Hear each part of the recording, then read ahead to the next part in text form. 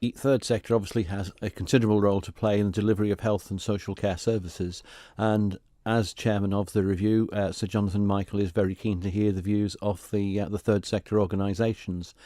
He has already met with some organisations and had some discussions and in fact visited certain centres which are run both by the voluntary sector and by the statutory sector.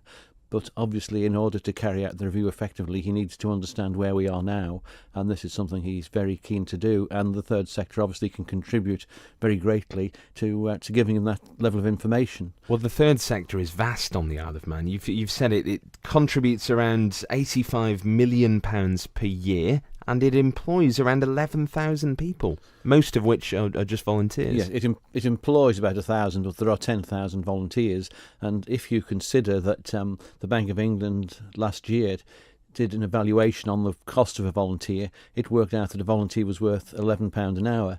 Now, if you take that those 10,000 people do an hour's voluntary work a year, which is probably a little low on the average, you get the size of what the voluntary sector actually contributes to the Isle of Man in total. Are third sector organisations at risk, do you think, when the hammers start to come down and the purse strings tend to get drawn in a bit tighter? Because we've already seen the likes of Meals on Wheels. There was the cessation of the service there. The Red Cross lost out on a major government contract.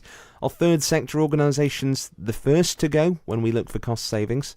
I don't think so. I think what you have to appreciate is that the third sector organisations do give increased value because of their low cost base to carrying out services, and certainly over recent years that has become very much apparent in the level of contracts, etc., which have been carried out with government. But obviously, in the current economic climate, there is a certain amount of fragility, shall we say, to certain parts of the sector. And yes, some organisations are having to restructure, relook at how they deliver services in order to develop the best possible service and the best value for money.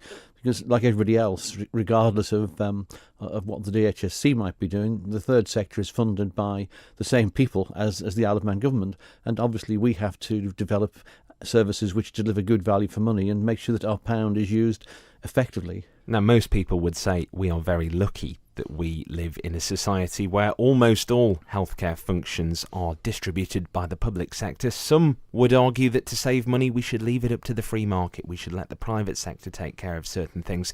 But could either model, whatever model we transmogrify into, could either model function without a third sector?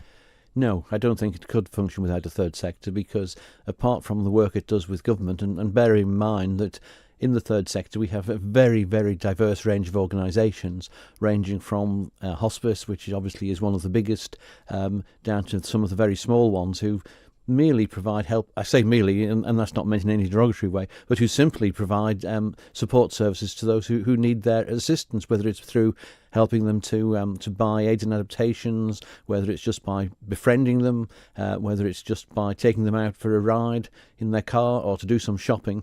So we have a very diverse sector, and certainly some of the things which are done by the sector would not be taken up by government in any case.